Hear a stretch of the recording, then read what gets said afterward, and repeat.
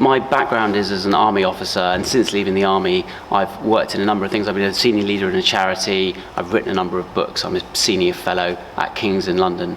And I think the theme that threads through all of those is leadership, and also working with different organisations and bringing organisations and communities together and solving problems. You were chosen as a Liberal Democrat candidate more than a year ago, so you've had plenty of time to talk to local people and find out about the town. So what do you think you would bring to Tunbridge Wells?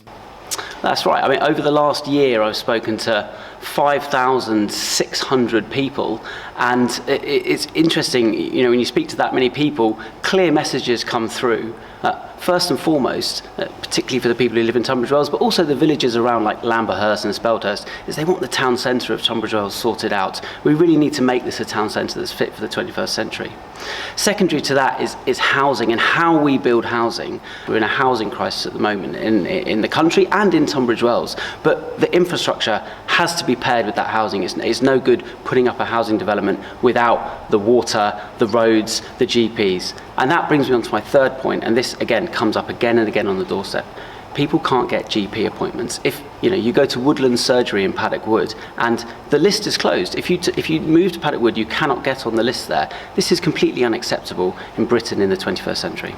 So what is the Liberal Democrat plan for the NHS to improve things? So this is a key part of our manifesto. So we're pledging 8,000 more GPs and also a GP guarantee. So if you need a GP, you can get to it within a week. You'll get an appointment within a week or 24 hours if urgent. And on social care, which is this huge crisis that has just been kicked down the road by governments of all stripes, we are pledging domiciliary care, as has been introduced in Scotland actually very successfully, an increase in wages for carers by £2 above the minimum wage, and that's to drive up recruitment. And then finally, we think that the three main parties in the country need to sit down and start discussing on a cross-party basis the future of social care, and then the government of the day should implement the recommendations from those talks. People should put the cross against my name because they know that I'm local, they know that I love Tunbridge Wells, they know that I know it, and I think they believe that I know it. And I think it's very important that Tunbridge Wells is represented by a Labour MP of the party in power. It does make a difference. It undeniably makes a difference that you can then talk to ministers, you have relationships with them. And how well would you say you know Tunbridge Wells? I've been a borough councillor here in Tunbridge Wells for 5 years. I've been a cabinet member with housing and planning as my responsibility for 2 years. I've done 16 years as a governor in 2 schools. So I think I understand Tunbridge Wells and I love it. I've lived here for over 30 years. Recently there were borough council elections and the Liberal Democrats won them. They've now got overall control of Tunbridge Wells Borough Council. So the Liberal Democrats are saying if you don't want Conservative, you should vote Lib Dem. What do you say to that? Well, I think they're wrong on 2 counts. Firstly, small parties like the Lib Dems do well in local elections and they typically don't do well in general elections. The truth is that here in Tunbridge Wells, the polls are suggesting that we are all 3 of the main parties very close together and that people are still undecided in quite large numbers. And I don't believe that a campaign that simply says, vote Lib Dem, tactically, because that's the only way to get the Conservatives out, is a valid campaign. It should be about policy, it should be about the person, it should be about what we would actually bring to Tunbridge Wells, and that's what I think people will swing behind. The NHS is a big priority for voters. The long waiting lists, the difficulty in getting a GP appointment. What are Labour promising on that? Well, I think they're promising a pragmatic response, which is, in the first instance, we will be using the private sector to reduce the waiting lists in hospitals. And some people are surprised by that, but the reality is that we've got 7 million people currently waiting for hospital appointments, and it needs to be reduced. And at that point, when we can manage, therefore, the waiting times, then we can begin to tail off our dependency upon maybe the private system.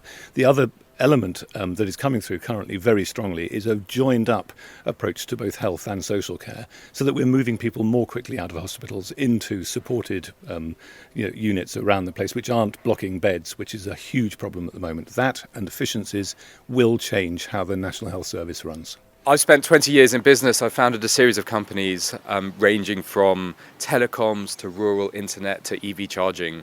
And I think that expertise can really help develop infrastructure in the area at a time when housing is, of course, an issue and infrastructure needs to be developed alongside it. Secondly, the investment expertise can really be helpful for revitalising the whole constituency. Our towns and villages are experiencing shop closures, businesses are facing challenges, and I have direct experience knowing how to bring money and investment into the area, into the constituency, to keep it vibrant and resilient for decades to come. So you have an interest in shops in a particular area in London in medicinal cannabis. Can you explain that a bit more? So my business, Kingsley, we set up companies in markets that we think have potential for huge growth going forward. And yes, we are also active in medicinal cannabis. I should stress that it is not the type of cannabis that gets you high. It is CBD, it calms you down, and of course fully legal. But it is a growth area, and my company, Kingsley, does have an interest in it. So you've been selected as the Conservative candidate. What connection do you have to Tunbridge Wells? Well, I love Tunbridge Wells. It's always played a massive part in my life. I was born and brought up in West Kent. My mother was a doctor at Pembury.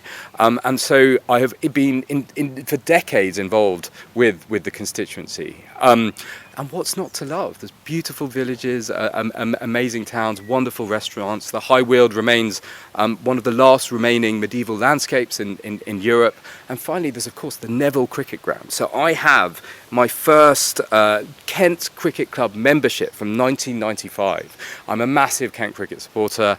I've followed them all over the county.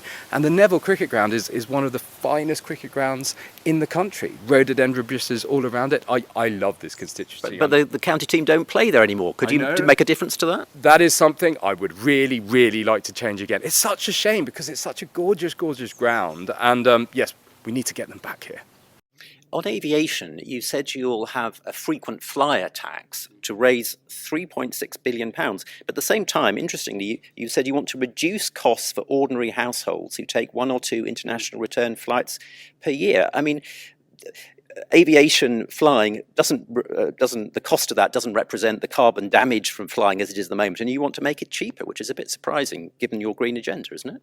Well, it's actually about scaling, right? So if you take 1 flight a year, you won't pay the air passenger duty levy. If you take, it breaks even at about 2.5 flights a year, and then if you take 10 flights a year, so the average family takes 2 holidays a year.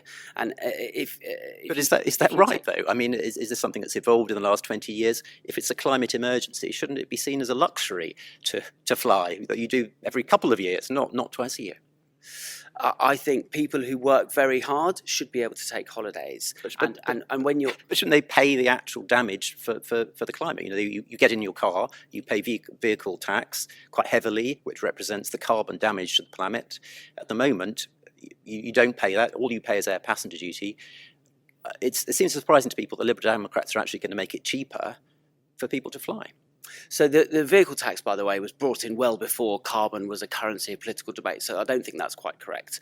But what we're proposing is a scaling. And if you look at the system overall, with the same number of flights, it will incentivize people to take less flights overall, and as well as generating revenue. And the reason it will do that is because if you're taking 10, 20, 30 flights a year, the chances are that it's your firm flying you around for meetings.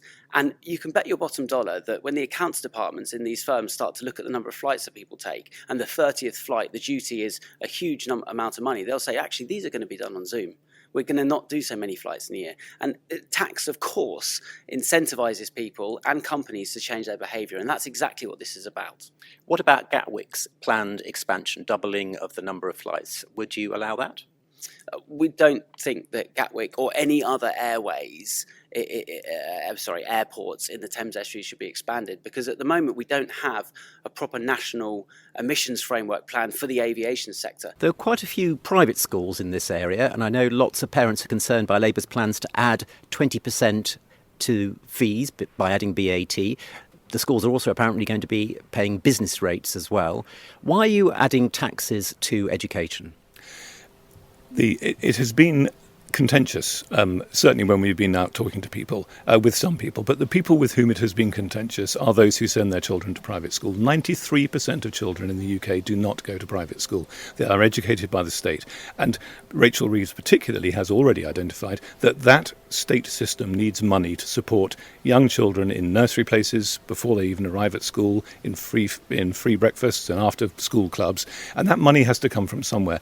Aren't schools going to close? I mean, what do you say to the teachers who are going to lose their jobs in these private schools? Well, I I honestly don't know how many will close. That is what they're threatening at the moment. Oh, we won't be able to keep going. Well, actually, you manage your business. And if it is a business and you are attracting students to your school, then that will need to be managed. So I don't know whether they'll be closed. But the truth is that if any does close, and those teachers particularly and other peripatetic staff therefore lose their jobs, they will come into the state system. If they're dedicated to teaching, they will teach within the state system, and that will be good for the system as well. Gatwick Airport wants to get bigger, wants to double flights. Do the Labour Party support Gatwick expansion? No. Lib Dem policy is that if you only take 2 flights a year, Yeah. or 2 return flights a year, then you're exempt from air passenger duty. So effectively, they're making it cheaper for most people to fly. Yes, which, as most people, if they do fly, probably only fly twice a year. That doesn't seem to make any sense to me at all. We need to basically... So you wouldn't do that? No, we need to reduce the amount of air traffic that we see in our skies. We need to reduce the amount of time that we are spending in the air, and we need to find other modes of transport that take us to the places that we want to go to. I fully accept that there are occasions when people will take a special trip or need to see family, but I think there has to be an educative process over a number of years to stop so much transport flying through our skies, and it's filthy.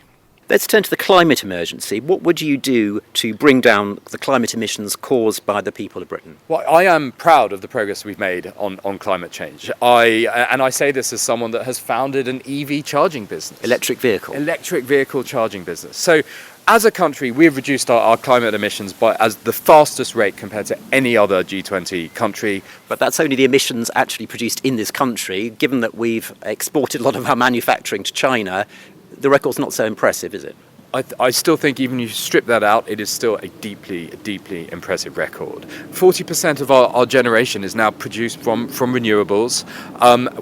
We have created the 5 largest offshore wind farms in the world.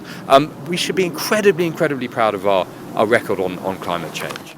The International Energy Agency, though, has said that the world has now discovered as much oil and gas as it needs, and if we discover any more and burn it, we're going to destroy the planet. So why is the Conservative government offering to licence yet new oil and gas fields in the North Sea? Well, so it's all about making sure the transition to net zero is as painless as possible for the public and for the consumer.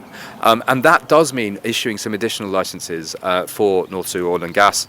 And I say this as someone that has created an EV charging business that will hurt my business. But if there's enough oil and gas already discovered around the world, we don't need to find any more. We should be investing in the sort of businesses that you've been setting up, which presumably is green industries in the future. I don't disagree, but it needs to happen at the right pace. And that's why I fully support the pushback for 5 years on the ban of petrol vehicle sales. The one thing that can't happen is that the public can't feel the hurt of the transition to net zero. But don't we have to change? I mean, parties are promising huge transitions can happen with no change to their behaviour. Isn't that just being a bit dishonest? No, look, we of course need to move to net zero, but we've led the way compared to any other country in the world. So but our emissions per person, even on your basis, is still higher than France, just that we started off pretty bad. Understood, but it's all about ensuring that the transition is not painful for the public.